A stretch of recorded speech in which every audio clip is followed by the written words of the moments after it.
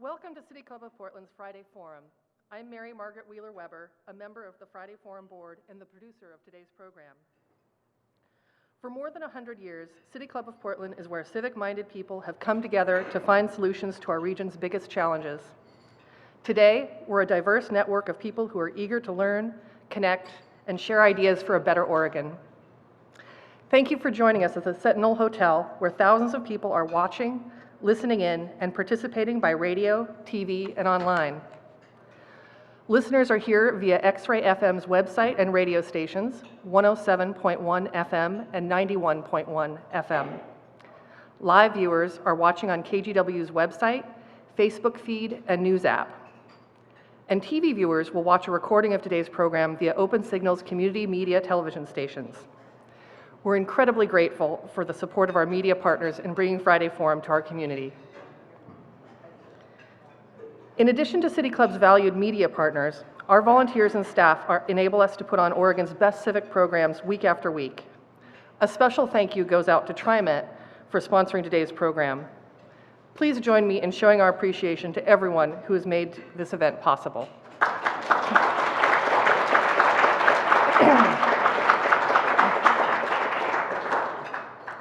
In a moment, we'll hear from Bob Joondeph. But first, let me introduce Steve Novick, who will moderate today's discussion. Steve is a former city commissioner who recently returned to his original field, environmental law, after 22 years' absence. He's a longtime City Club member and a fellow member of the Friday Forum Board.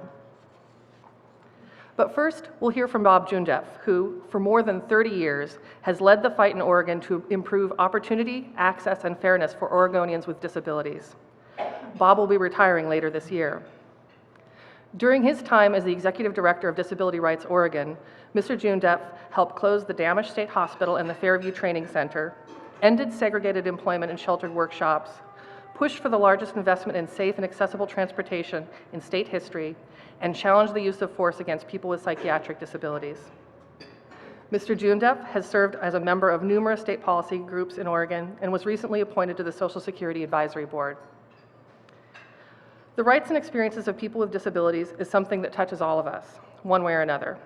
For myself, the work leading to the closure of damaged state hospital is something I feel great and tender appreciation for because of my memories of visiting my father there as a child. I know that many others share in my personal appreciation of Bob's accomplishments. Please join me in welcoming Bob Joondeph.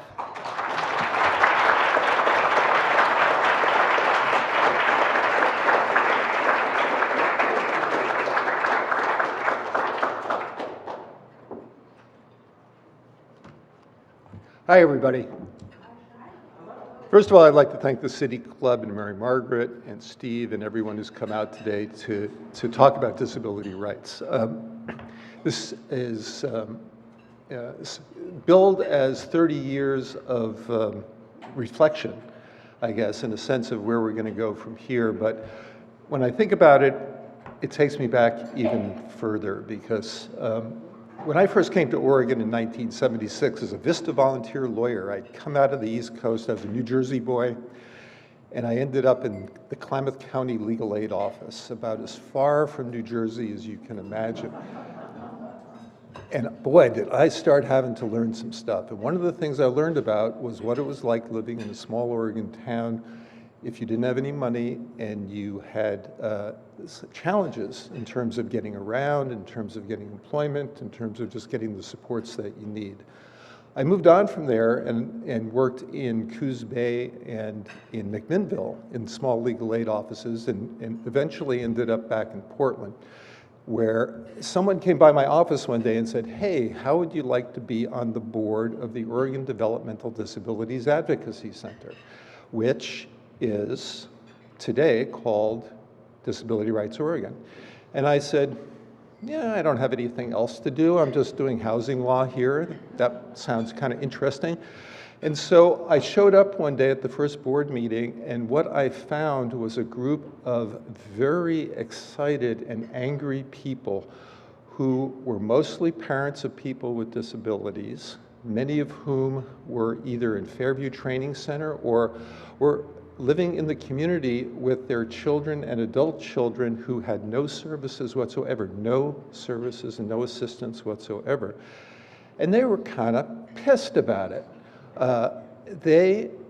And the entire conversation was around what can we do to affect this? There aren't any laws that we can use. Isn't there some way to go at it? One of the people sitting at that table who was particularly articulate was someone named Barbara Roberts. And I was very impressed by her. I think she was a new member of the Oregon legislature at the time. At any rate, that's where I started my learning curve. That's way back in 1981. It was a long learning curve because this world is pretty complicated, is what I found out. And what I'm going to talk about a little bit is some context for that. So I'm going to take us even further back in my now 15 minutes or so. Because one of the things I'm asked fairly frequently is, well, people with disabilities, aren't there sort of all sorts of different people, and why is that a category, and why do people have civil rights? And I can take us back into Oregon's own history just to illustrate why there is a group of people who are defined as having disabilities and why those people have been systematically over time segregated and discriminated against in our society. And I like to go back to 1923 because Oregon has always been a cutting edge state when it comes to science. We don't like to fund things here, as you know. But we're very willing to adopt the latest science. And the latest science at that time was something called eugenics.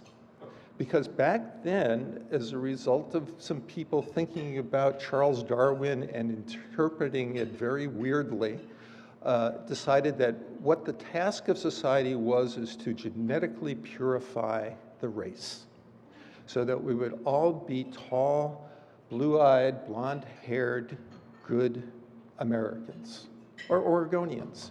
And so we passed a law that was a mandatory sterilization law at that time in order to make sure that we would be able to steer society towards a more perfect genetic pool. And so what I wanted to do was read to you the people who were authorized for sterilization. And what that meant was that if the state took custody of you under these categories, that you could not get out of an institution unless you agreed to be sterilized. Okay, here is the description right out of the statute. Here, the quote, feeble-minded, insane, epileptics, habitual criminals, moral degenerates, and sexual perverts, you know who they are, who are a menace to society. This is a category of people for whom the Oregon Board of Eugenics was given the authority to orchestrate the elimination of over time from our society. That board, anybody want to take a guess when that board was finally dissolved? 1983. So here's Bob coming in from New Jersey in 1976. What do I know? And we still had the Board of Eugenics. When I started on the board of directors of Disability Rights Oregon, we still had the Board of Eugenics. And when we sat down and tried to figure out what we were going to do about Fairview Training Center, which is the place where people were still being sent, one of the largest institutions of its kind in the country, we still had the board. And in fact, just last week, we had testimony at the Oregon State Capitol about something called the Fairview Trust, which is when Fairview was closed, there was some money that was set aside from the sale of the property to be put in trust to help people with disabilities find housing and to have the supports that they need in order to integrate fully into the community. And you know what? That money hasn't been spent properly over the years, and the legislature has raided half of that money, and so advocates want to get it out of the state and put it into a community foundation, and that's what the bill was about. And testifying at that hearing was a woman who I love, who was raised at Fairview Training Center forcibly sterilized before she could be released. But she has lived in the community successfully for years, a wonderful person, and she talks about her experiences there of waking up in the morning and hearing the keys on the side of her keepers and being terrified of them and trying to avoid them at all costs. That is her experience.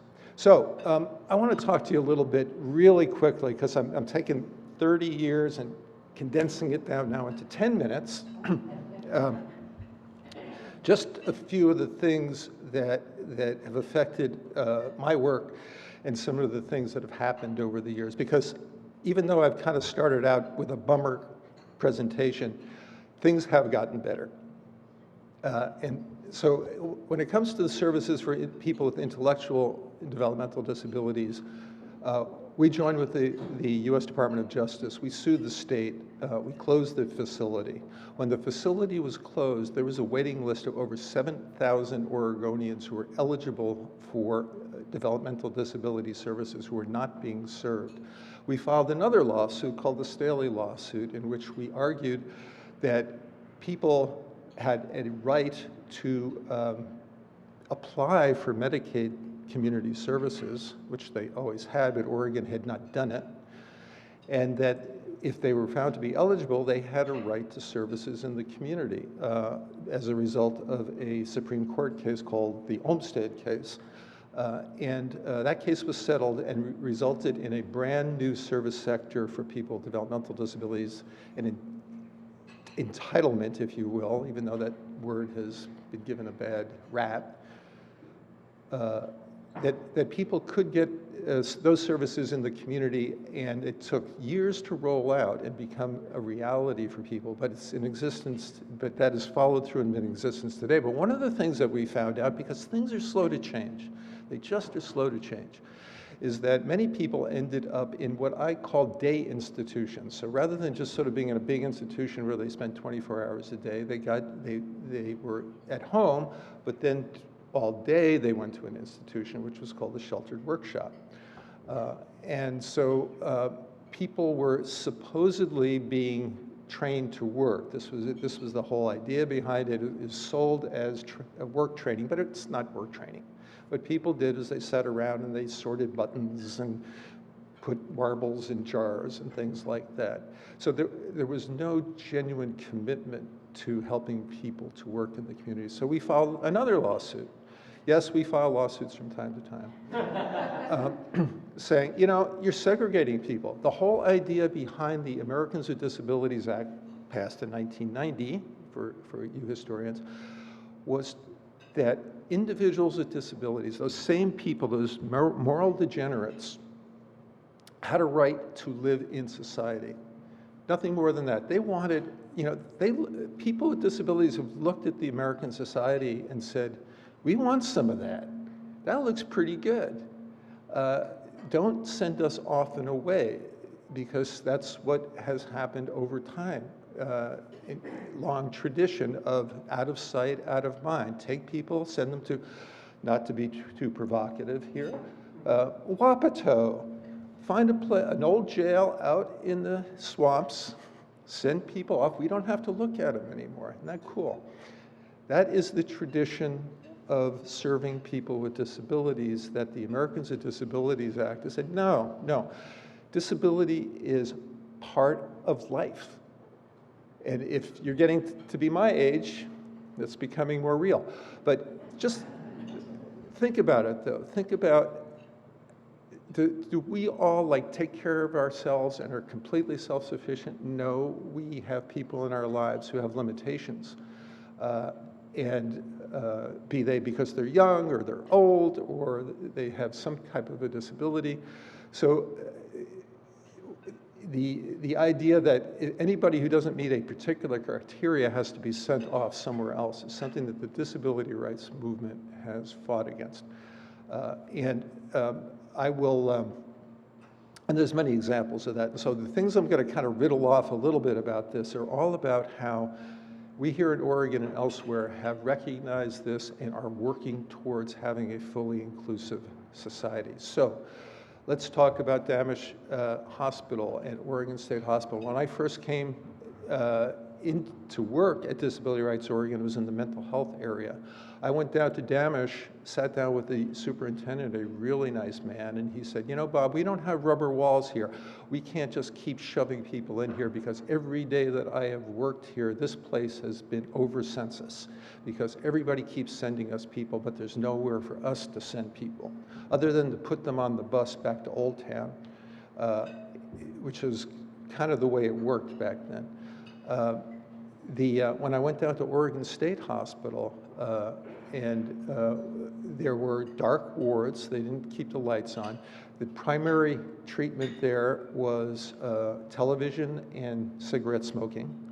It was like the most depressing place I had ever gone into. The children's wards were these cold, austere environments in which children who had very serious challenges there was no stimulus. It was like, maybe you were my age, you went into a grade school that had green walls and very clean floors. That was the place. And there was a gero-psych unit, as it's called, which is where people with serious dementia and behavior problems were sent. I can't even describe the odor in those wards. So that's what I confronted when I first came. So over time, what we were able to do was to close Damish after a report Disability Rights Oregon did, highlighting 5 deaths in the facility in half a year, all by neglect. And this contributed to an effort to take the resources that were going into that facility and move them into community beds for the people who were not able to live at a level with supports in the community. They needed to have a group home. We created about 50% more beds that were in Damish in order for those people to continue living, and then to try to put some more resources into the community. That has been such a struggle. We are not even close to where we need to be there, but we've made progress. So today we have something called the Oregon Performance Plan, which is an agreement with the state of Oregon to build the types of supports that are necessary in order to keep people out of crisis, people out of the emergency rooms, out of jail, and fully support in the community. That's tough, but we have made great progress, but there is much more to go there. People with physical and sensory disabilities, the state of Oregon sort of, even though the ADA was passed in 1990, the state of Oregon 25 years later hadn't got around to implementing it in terms of making its sidewalks accessible. Another lawsuit, I'm afraid. We don't only do lawsuits at Disability Rights Oregon. We help all sorts of individuals in special education to get the services that they need. We help people in all sorts of areas of community services get the help that they need. It's very wide-ranging because disability touches us all and touches all parts of life. It spreads very broadly across society. And we really try to go to bed and understand those things because we are lawyers and people with disabilities ourselves, and people who work in a world that, in communities of people, support, there's advocacy groups and support groups that work in these worlds in order to understand what folks need, all with the same goal, which is to achieve integration, to achieve full participation, an opportunity for people to have a life. We shouldn't be telling people, any of our citizens, that you don't deserve to have a life because of whatever your identity happens to be. This is why disability rights are human rights.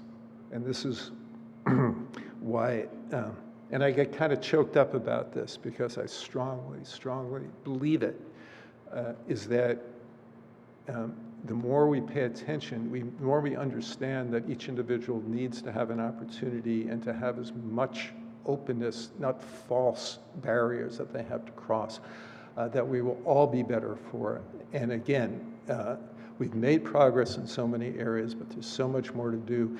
And I'm looking forward to the incredible people who work in our organization and the incredible other advocates in the disability world to carry on while I start dealing with fixing Social Security.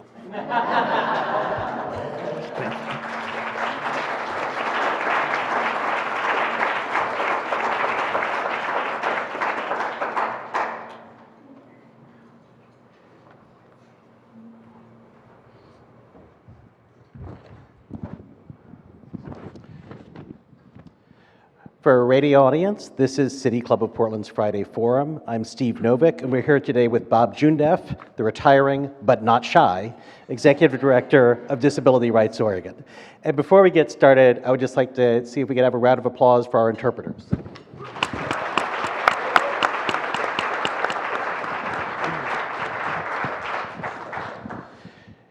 So Bob, toward the end of my term on the City Council, we got a report that said that the city did an absolutely terrible job of hiring and retaining people with disabilities of all kinds.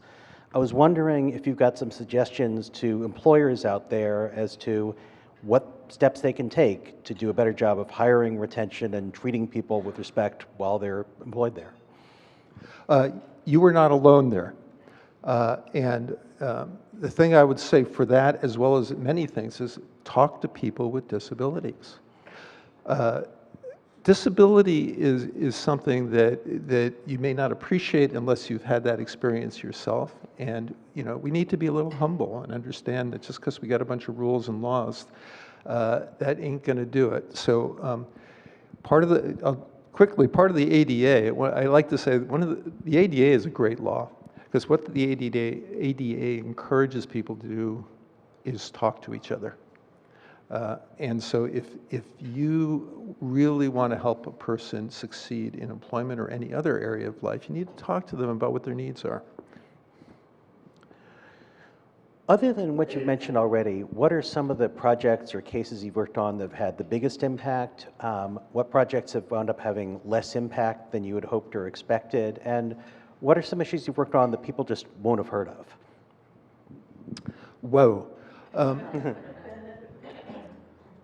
I think that like any civil rights area, people have gone to their representatives to get laws passed to establish basic civil rights. So I was talking about the ADA earlier.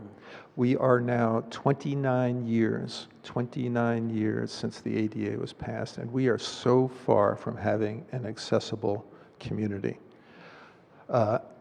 Why? Well, we built an entire society around with the idea that only certain people could participate in it. I think about the New York subways. Go to the New York subways, especially at my age, and try to negotiate that place. And that was built only for a small slice of society. But go to downtown Portland. Try to get into a store. Think about this as just as an analogy. There's a big flap right now about earthquake, how older buildings can withstand earthquakes, and having signs up. So you have an infrastructure that was built long before we were thinking about that. And so what do we do now? Well, we have an infrastructure that was not built to accommodate at least 20% of our population, and the idea was that, hey, the 80% can use it, that's fine. 30 years in, where we've had both state and federal laws that say, no, actually, we want everybody to have an opportunity to be included, we ain't there. So in terms of challenges ahead, that's the one that I would highlight. This might be an absurd question, but in terms of the range of types of disabilities, people with mental illness, people with developmental disabilities, with physical disabilities, would you say that society has made more progress in having a just society for some of those groups than others? I think that's an excellent question. I think that it depends upon how you approach it. So I would say that probably the greatest area of challenge continues to be in the area of behavioral health, mental health and behavioral health. I remember in 2003, going back, that the Oregon legislature kind of threw up its hands and said, you know, why are we spending all this money on mental health services? It's just like throwing money down the rat hole. This doesn't do any good. And in community mental health, which had struggled with insufficient funding for an incredibly long time, was cut even more. And you know what happened? Almost immediately, there was a spike in people who ended up in jails and prisons. We still live with that. We take people who have mental health needs, we know they have them, we know what helps them, and we relegate them into our correctional system, and it's an absolute shame. So to me, that of the many challenges that we have, that's the one that we need to focus on the most. Just to follow up on that, I mean, we've seen a lot of discussion in the past few years about the relationship between the Portland police and people with mental health issues. Would you like to, do you have some comments to make about how that discussion has gone and some points you think that might have been missed? The police are being asked to be everything to everybody. It's like school teachers in a sense. It's like, you know, we expect teachers to do everything, and what we need to do is think about what are the proper roles, what are we really asking for.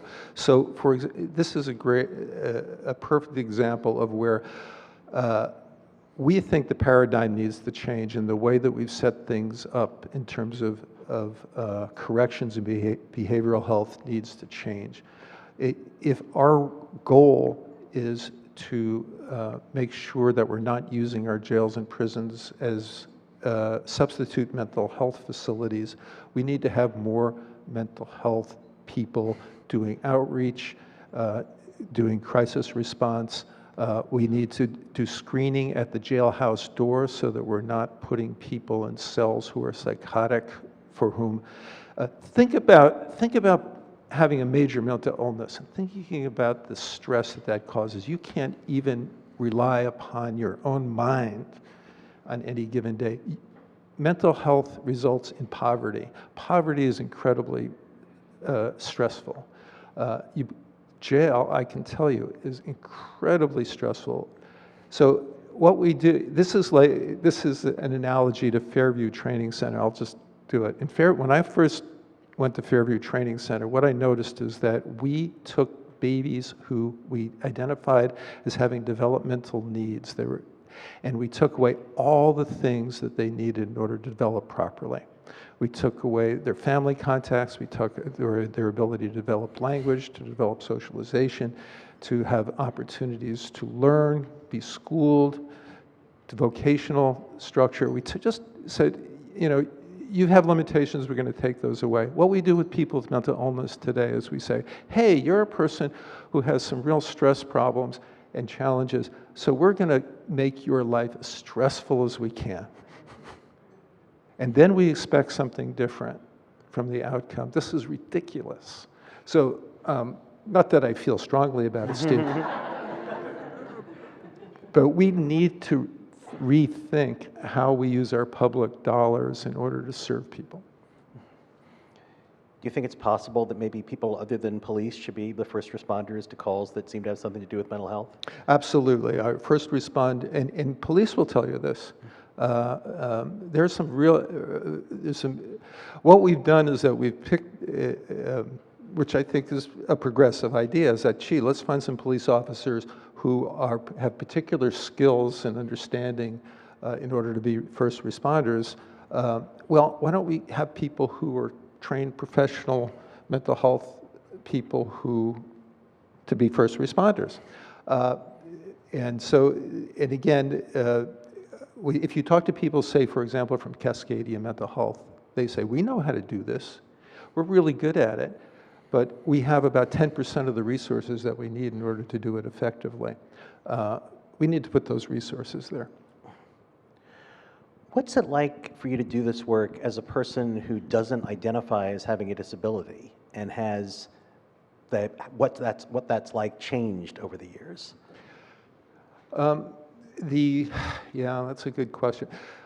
I'll say a couple things about it. One is that I do not identify as a person with disabilities, and what I said earlier is that you really have to listen to people if you are not a person in that who has that identity. But we have more and more people as time goes on who do have that identity, who are successful professionals who can come and do this work, and I think that you will just see that more and more. Having said that, I did get an honorary consumer certificate from my work with peer support groups in the mental health area, and so I think I'm at least borderline in that area. So, you and your wife Leslie are big Bob Dylan fans. Are there any particular Dylan lyrics that have come to mind frequently as you've gone about your work? There are so many Bob Dylan quotes. Yeah, I think Leslie's been to at least 10 Bob Dylan concerts. And yeah, that's a tough one, Steve. I'll just say a hard rain is going to fall. I am not the blue-eyed son, but and we are continue to be tangled up in blue, but we are trying to move forward. So, also on the lighter side, David Letterman used to have this segment called Limited Perspective, where, for example, he'd bring in a welder to critique the movie Flashdance. I have a question based on my limited perspective as a one-handed guy, which is, I wonder if DRO has heard anything about the problem of long spouts on soap dispensers in public restrooms. It used to be that there were short spouts, so a person with one hand could depress the plunger and put the soap into his or her hand. Now they've got these long spouts that extend over the sink, and I have to push the plunger and then move my hand really quickly over to see if I can catch some soap before it falls down. Is this an issue that you ever heard about at DRO? It's like a lot of issues that we've heard about at DRO, and this is again something about there's big books about accessible standards for restrooms, for signage, for all aspects of physical construction, and they have frankly not always been followed. And advocacy on our part to get folks to do it, the response is often, well, gee, that would cost a little bit more in order to do that, and remember what I said about the 80%, this isn't our main market, so we're not going to produce those things. Universal access is something that we should all be striving for, and I'll tell you, because I hurt my back last week, I'm hurting stuff more often, frankly, at my age, and boy, do you realize what you can't use that you thought was available to everybody, but now not so much. So your experience is one that many people have, but there are solutions to it, and we will all appreciate that more. I'm going to take this opportunity just to say one more thing about that, if you don't mind, is that when the world is accessible, it makes it so much easier for those of us who don't have accessibility, don't have that need, because those around us can use the world more effectively. And I think about this with an aging parent, for example. Boy, if your aging parent can go shop for themselves, if they can go to the movie theater for themselves, you don't have to schlep them all over the place and do all this kind of stuff. That makes your life so much easier. And it also makes you sort of, as you're looking forward into retirement, a little more optimistic that you are going to continue to be engaged in the world as you go forward, rather having been stuck and isolated, and hopefully having one of these ingrate children actually help you out. Bob, I wanted to ask you to talk a bit about the work you expect to be doing on the National Social Security Advisory Committee. And related to that, I remember in years past, there were lots of legal battles over the standards for getting Social Security disability, for getting SSI. So I was wondering if you could address both I mean, what's going on now? What is the state of that battle? Well, Social Security, I'm kind of drinking from a fire hose with Social Security. It's big.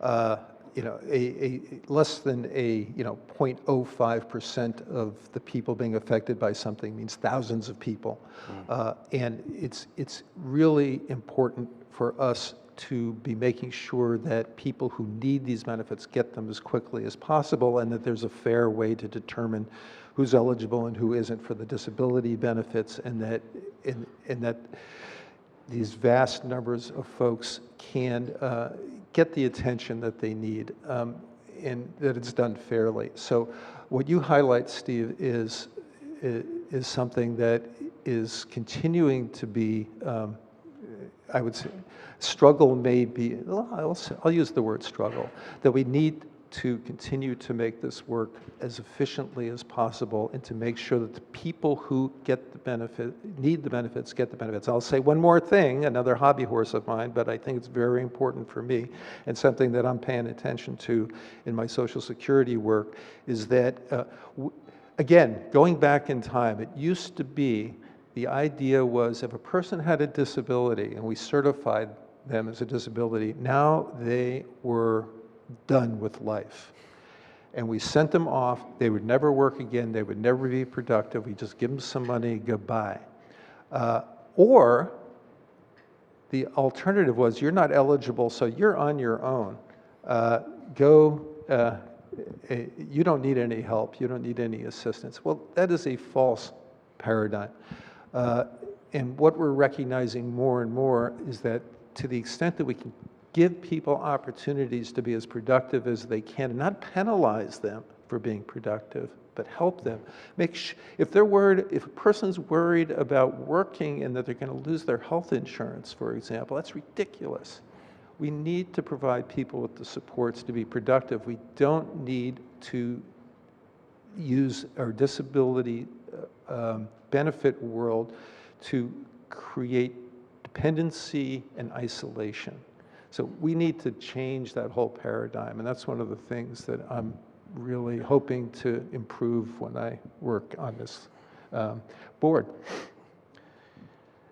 There's a very sensitive issue when it comes to mental illness, which is that there are some families who have family members who clearly are in serious trouble. They hear voices, they have delusions, and they find that you can't do an involuntary civil commitment, at least as I've been told, unless you can demonstrate at the time someone goes to a judge that they're in immediate danger to themselves or others. And some of those family members feel, wait a minute, this is wrong. I know my family member needs help. Why can't I make sure they need help?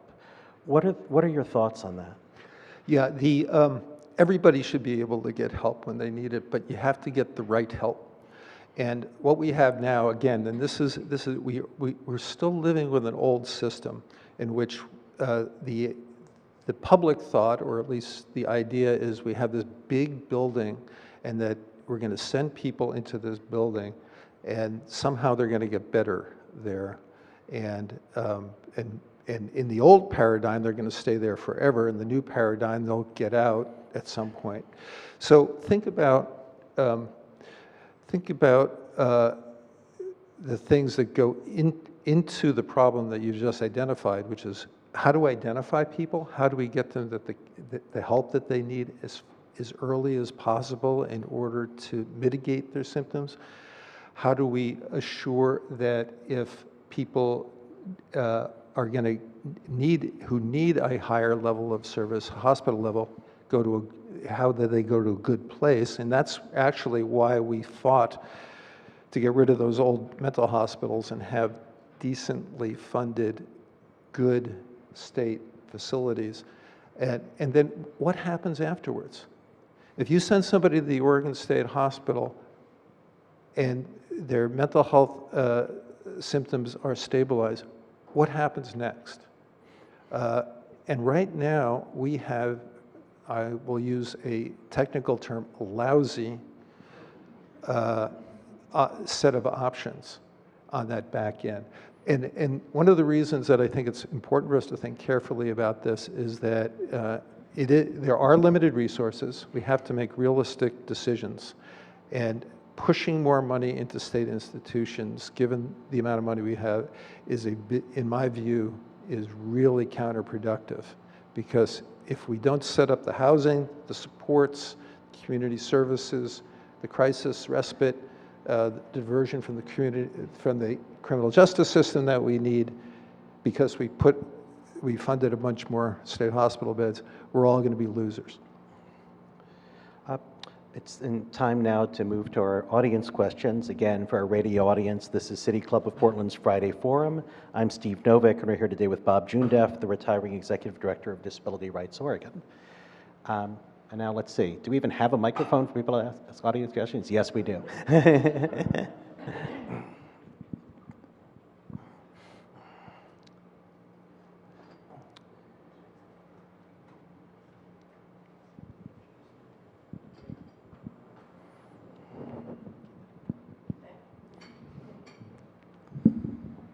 Good afternoon. Leslie Johnson, City Club member.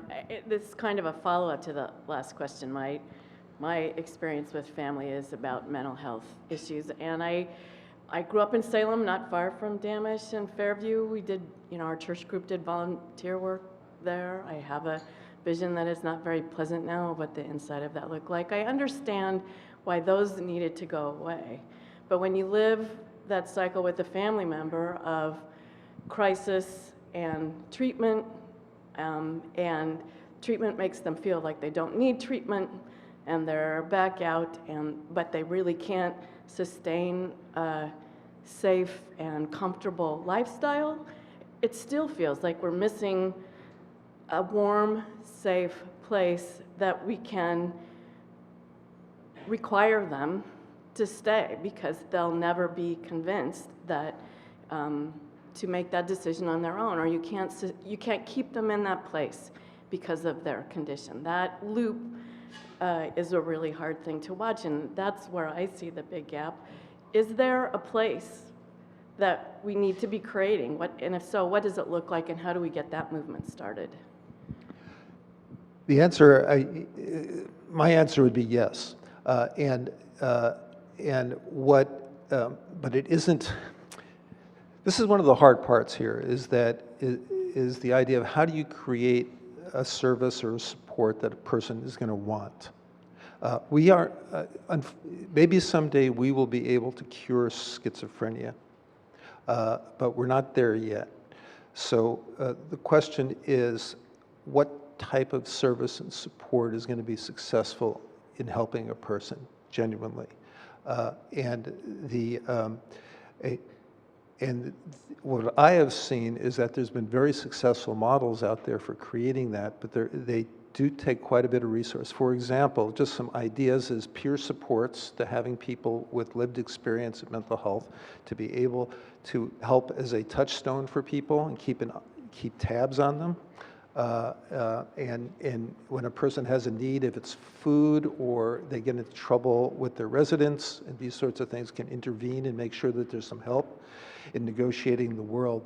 Part of facing the world, I find this world increasingly complicated, personally. I thought it would be easier as I got older. It hasn't proven to be the case. And having someone who can help you, who has an ability to relate to you and understand what you're going through in order to help in that way, I think is very powerful. But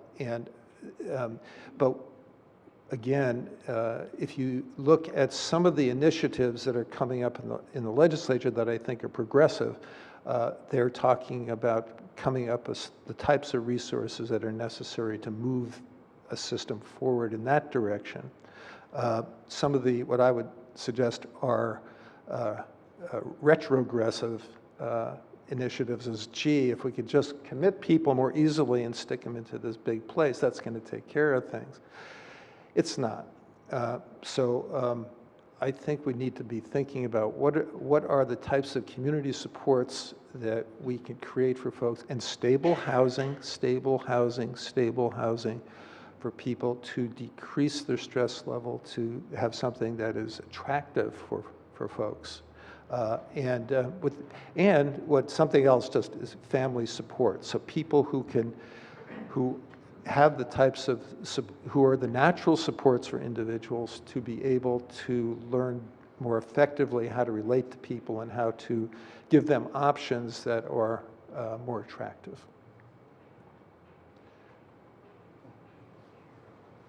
I'm a City Club member, Vinnie Martin, retired school psychologist. Would you comment on the Disability Association's activities relative to public education? And Steve had made a reference to special education. Thanks. Since Disability Rights Oregon started in 1977, we have helped families and individuals negotiate the world of special education. For those of you who don't know, there are entire areas of professional expertise, and in every school there's services that are designed to help people who have exceptional needs to get the services, get the help that they need in order to get a free and appropriate education. This has been an ongoing effort because you know about Oregon schools, you know how well they're funded.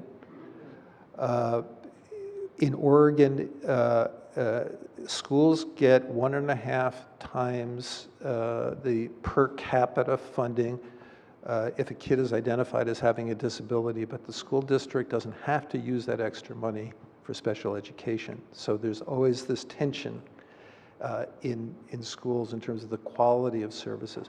Special education law also requires that kids not only get an appropriate education, and that education doesn't have to be great, it just needs to be adequate. They also need to get what's called transition services so that they can move from school to employment or whatever the next step is going to be for them depending upon their level of need.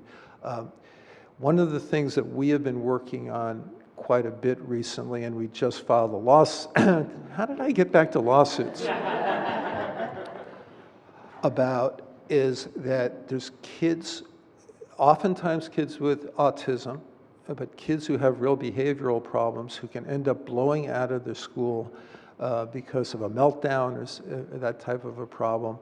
And there is a financial incentive right now to keep that kid out of school and send them a tutor for an hour a day, rather than do what the school districts are required to do by law, which is to do an assessment of the child, figure out how that child can be most effectively reintegrated into the school setting, and then provide the services and training for school personnel to be able to do that. This lawsuit basically says that the state has failed in its responsibilities to do that, and with devastating effect not only upon those children, but upon their families. Can you imagine school districts saying, hell, here's your kid, you're on your own? And I'll just say another thing, is that I'm a parent. I got a bunch of kids. They're all grown up. But when you get parents, a parent, just wants the best for their child. They want their child to succeed. They want their child to have a good education. When you have a parent of a kid with disabilities, you double that because there's so many impediments for that child. And most parents will tell you that they have to fight every day in order to get that kid the services that they need. They're constantly being told no. And so there is an incredible need for those parents to have the support that they need in order to battle it out. And if there ain't school people here, I'm not bad-mouthing you. You have a lot on your plate, but those parents need also the support to be able to engage and help their kids to succeed in school. Hello, my name is Amy Sukol, and I am an outreach specialist on behalf of Abilities at Work. And on behalf of the organization, we really do appreciate the advocacy that you offer people with disabilities. Abilities at Work is an over 30-year-old nonprofit organization that's provided services and places people with intellectual and developmental disabilities in job placements throughout the metro.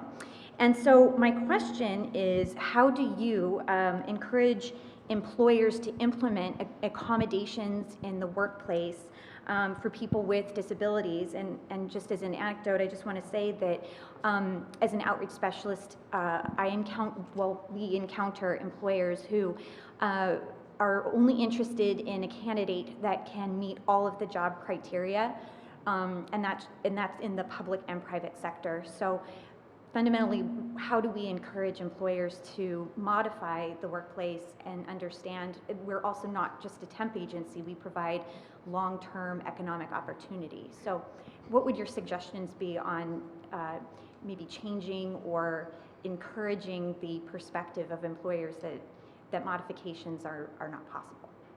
Thank you for the work that you do, first of all.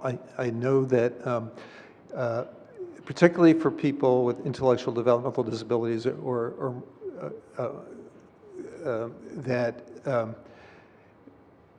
being employed in the community makes just like with the rest of us, a tremendous difference in people's lives. And, but that those individuals may need more accommodations, more specific accommodations to make their employment successful. And there's an entire group of professionals out there who have been trained and are effective in doing job matching. So what I would say is, and again, going back to something I've mentioned a couple times, is disability is very individualized, and work is, and when you really kind of break it down, one of the fun things about disability rights, I might say, is that you kind of have to break down things a little bit and understand them more. And one is, well, what does a successful job match? What makes that up?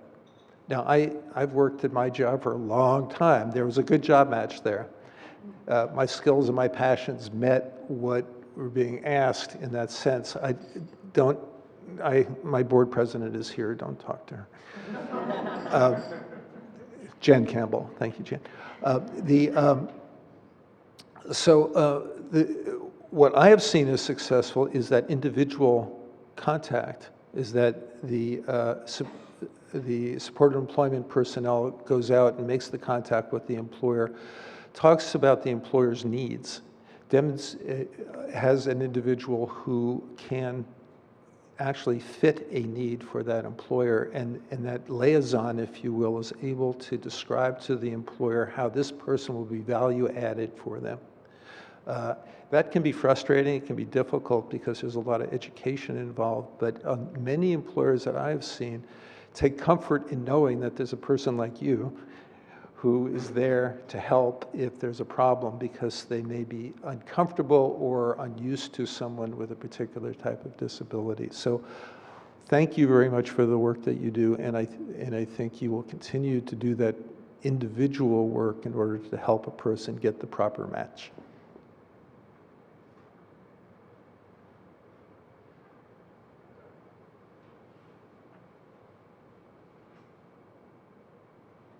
My name is Dawn Martin. There are a number of people that have multiple chemical sensitivities, and I don't know if that's kind of a new thing. I think maybe 25 years ago people weren't talking about it. Does your organization have a contingency of people that suffer with that problem? And how do you see any kind of a movement or a future for fragrance and or scent-free workplaces in Oregon? Thank you for that question. And multiple chemical sensitivity is a challenging issue. The way that I would approach it in two different ways. And yes, we've had numerous cases over the years with people. One is just on the individual level seeking an accommodation for that person in order to allow them to work or to go to a public service or whatever the area that the person wants to participate in. And that's an easier lift because it's more specific. So if there is under the ADA, a person with a disability has a right to access, say, a public service or a public accommodation, as we call it, or employment, and to have reasonable accommodations made for their disability. So sometimes that's easy.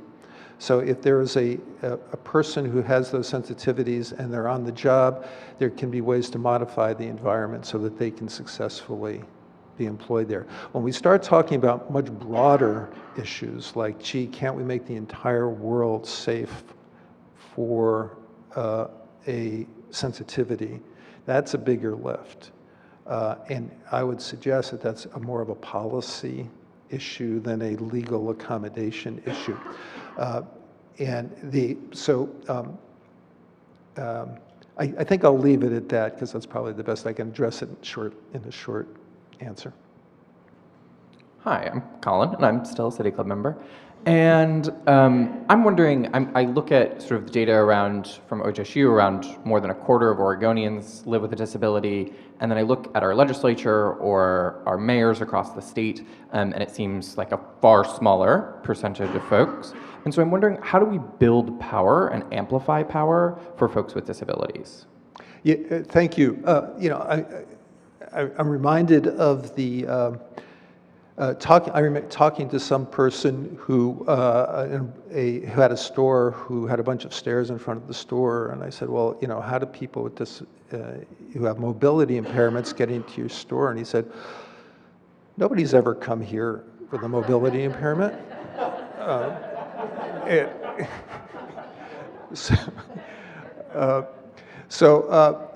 Yes, you see, so in order to have more people with disabilities who are professionals, who are engaged in public life, you have to allow people with disabilities to engage in public life and start to break down those barriers for people. That's the first thing. The second thing is that disability in many arenas is still a shameful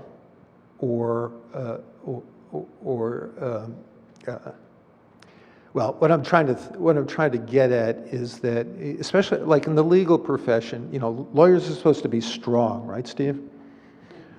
Absolutely. Yeah, we're competent. We're on top of things. And boy, if somebody finds out that I have an anxiety disorder or I have a learning disorder, oh man, that's going to be a problem for me. So I got to hide that. And maybe if I don't, have this facade of authority about me, that I'm going to be in a disadvantage in this world, in this very competitive world. So one of the things we need to do, in my view, is to break down those attitudinal barriers. And one of the most fantastic ways to do that, and I don't want to call you out here, Steve, because I know Steve is a guy who's like, he's not into being a guy with a disability particularly. Except when it comes to that bathroom soap dispenser spout issue. But you need to have people who are not held back in their lives and who can step up and take leadership roles. And it's happening, and I think it'll happen more. And with that, our time is up, and we have to pause the conversation for now. Please join me in thanking Mary Margaret Wheeler-Weber for producing today's program, Steve Novick for moderating, and Bob Joondeph for sharing insights of more than 30 years of service to Oregon. Thank you.